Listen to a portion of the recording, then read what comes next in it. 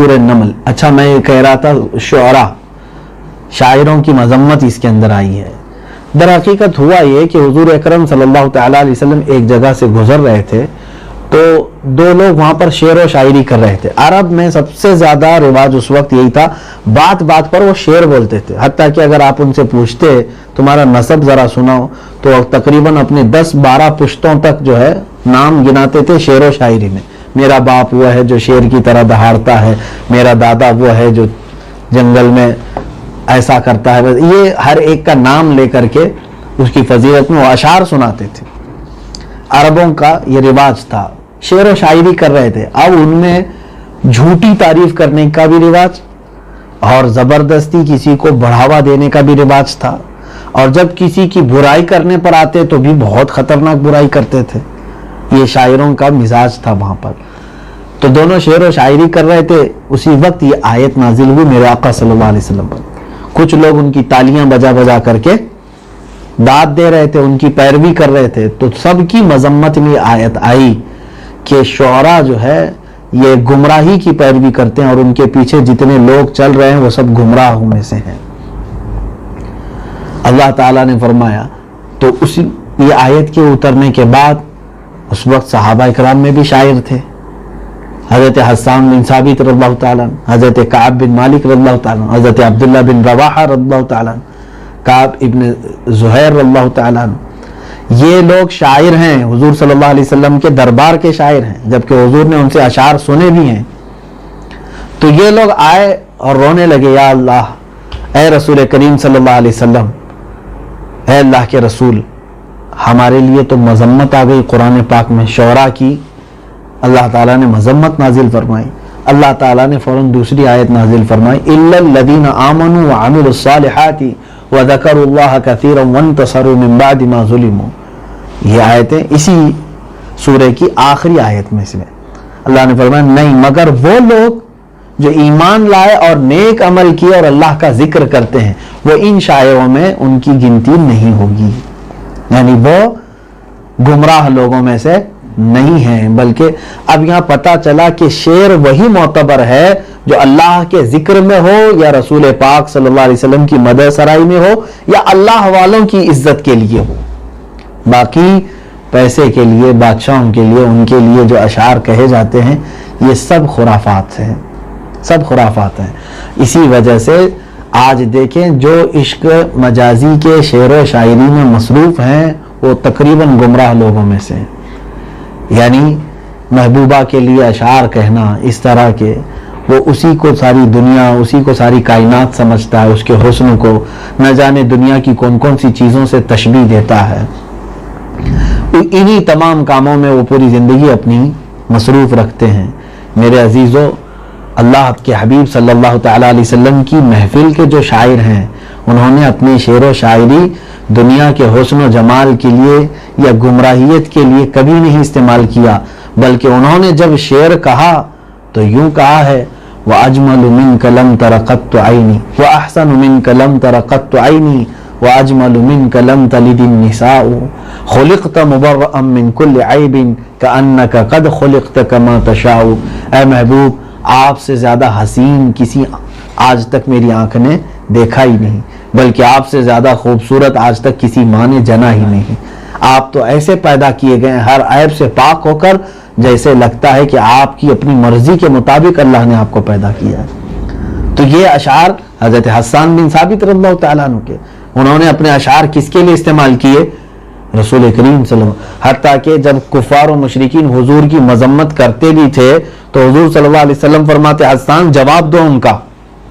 تو شعر اگر کوئی کہہ رہا ہے تو حضور کے دفاع میں کہے تو اس کے لیے ثواب بھی ہے. میرے آقا صلی اللہ علیہ وسلم نے فرمایا, حضرت حسان جب شعر کہتے تھے میرے آقا کی شان میں, حضور دعا کرتے تھے, یا اللہ تو میرے اس حسان کو جبرائیل امین کے ذریعے مدد فرما.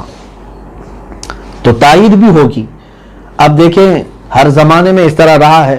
عاشق رسول امام اہل سنت فاضل بریلوی رضی اللہ تعالیٰ عنہ, اشعار کے میدان میں آپ بھی ایک امام تسلیم کیے جاتے ہیں. آپ کے کلام کو کیا کہا جاتا ہے؟ کلام الامام, امام الکلام کا, یعنی تمام کلاموں کا وہ امام ہے. ان کا آپ کوئی بھی کلام نکالیں اور وہ خود امام ہے, آپ کا کلام بھی امام ہے. ملک سخن کی شاہی تم کو رضا مسلم جس سمت آ گئے ہیں سکے بٹھا دیے. آپ کے پاس بھی کچھ لوگ آئے ان کی شعر و شاعری کرنے کے لیے, کبھی بھی آپ کا قلم میلا نہیں ہوا کسی کی شان میں شعر و شاعری کرنے کے لیے. مشہور واقعہ ہے کہ نانپارا کے ایک صاحب تھے, بڑے سیٹھ صاحب نواب, اور وہ شعر و شاعری جب ان کے بارگاہ میں کوئی کرتا تو اس کو خوب انعام دیتے تھے. ہر زمانے میں بادشاہوں کا رواج رہا ہے, آج بھی ہے. آپ کسی کے شان میں پڑھ دیجئے, وہ آپ کو کچھ نہ کچھ پکڑا کے بھیجے گا. اس زمانے میں بھی تو وہ صاحب نے سنا تھا کہ مولانا احمد رضا خان بہت اچھی شاعری کرتے ہیں, چلو ان سے کچھ اشعار ہمارے سیٹھ صاحب کی شان میں لکھوا لائیں. وہ آئے آپ کی بارگاہ میں, آ کر انہوں نے عرض کیا کہ ہمارے شہر کے بڑے سیٹھ ہیں, مالدار ہیں, آپ ان کی شان میں کچھ اشعار لکھ دیں تاکہ وہ انعام سے نوازیں گے مجھے. اعلیٰ حضرت رضی اللہ تعالیٰ عنہ نے اس وقت اپنے قلم کو اٹھایا اور کیا فرمایا, آپ نے پوری وہ جو نعت ہے نا, وہ کمال حسن حضور ہے کہ گمان نقص جہاں نہیں, یہی پھول خار سے دور ہے, یہی شمع ہے کہ دعا نہیں. تو اس کے اخیر شعر میں آپ جانا تو اس صاحب کا جواب آپ نے دے دیا, کہا کروں مدح اہل دول رضا, یعنی رضا دولت والوں کی تعریف کرنے لگ جائے. پڑے اس بلا میں میری بلا, میں کہاں اس بلا میں پڑ جاؤں. میں گدا ہوں اپنے کریم کا, میرا دین پارے نان نہیں ہے. پارے نان کہتے ہیں روٹی کا ٹکڑا. وہ آئے تھے نان پارا سے, اور اعلیٰ حضرت نے بدل کر کے کیا کر دیا, پارے نان کر دیا. کہا میرا دین پارے نان نہیں, نان کہتے ہیں روٹی کو, پارا کہتے ہیں ٹکڑے کو. روٹی کا ٹکڑا کمانا میرا دین نہیں ہے. میرا دین ہے حضور اکرم صلی اللہ علیہ وسلم کے لیے میں نے اپنی زندگی وقف کر دی ہے. لو لگی ہے کہ اب اس در کے غلام چارہ درد رضا کرتے ہیں, اپنے دل کا ہے انہی سے آرام, سونپے ہیں سب انہی کو سارے کام. لو لگی ہے کہ اب اس در کے غلام چارہ درد رضا کرتے ہیں. حضور اکرم صلی اللہ تعالیٰ علیہ وسلم کی بارگاہ میں آپ نے اشعار لکھا بھی, اور پھر فخر سے یہ بھی کہا ہے کہ اے رضا جان انادل تیرے نغموں پہ نثار. انادل کہتے ہیں بلبلوں کو, اندلیب کی جمع انادل. وہ اندلیب جو کسی باغیچے میں چہچہاتی ہے اور بہترین میٹھی آواز میں, اس کی آواز سننے کے لیے لوگ متوجہ ہوتے ہیں.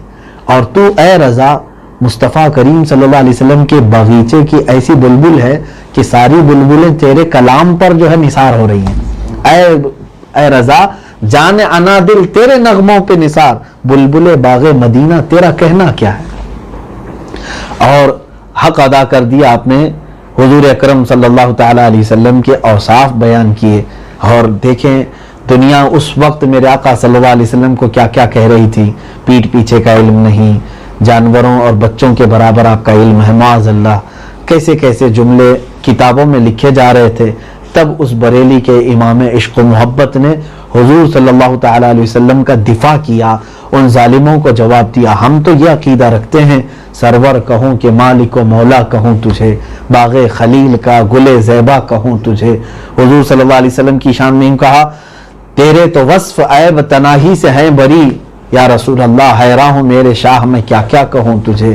لیکن رضا نے ختم سخن اس پہ کر دیا, خالق کا بندہ خلق کا آقا کہوں تجھے.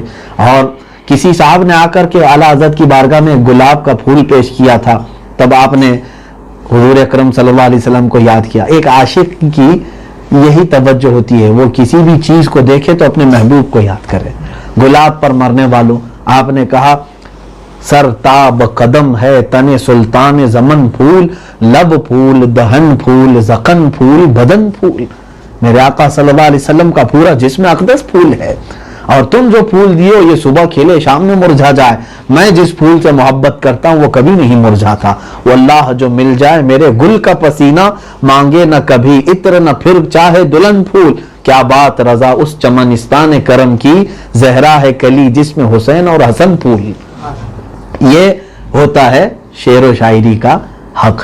اگر اللہ تعالیٰ نے آپ کو شعر کہنے کا مزاج دیا ہے تو اپنے اشعار فقط مصطفیٰ کریم صلی اللہ علیہ وسلم کے لیے وقف کر دو, یا ان کے غلاموں کے لیے, یا رب ذوالجلال کی حمد کے لیے. یہی قرآن سے ثابت ہے. اس کے علاوہ جنہوں نے تعریفیں کی, تیرے بال ایسے, تیری ناک ایسی, تیرے چال ایسی, تیرے گھنگریالو ایسے, تیری آنکھیں ایسی, تو اس میں جن لوگوں نے اپنی زندگی کو مگن رکھا ہے ان کے متعلق قرآن وعید نازل کر رہا ہے، مذمت، کہ یہ سب ہلاک ہونے والے لوگوں میں سے۔ اللہ تعالیٰ اس طرح کے گمراہ اشعار سے ہم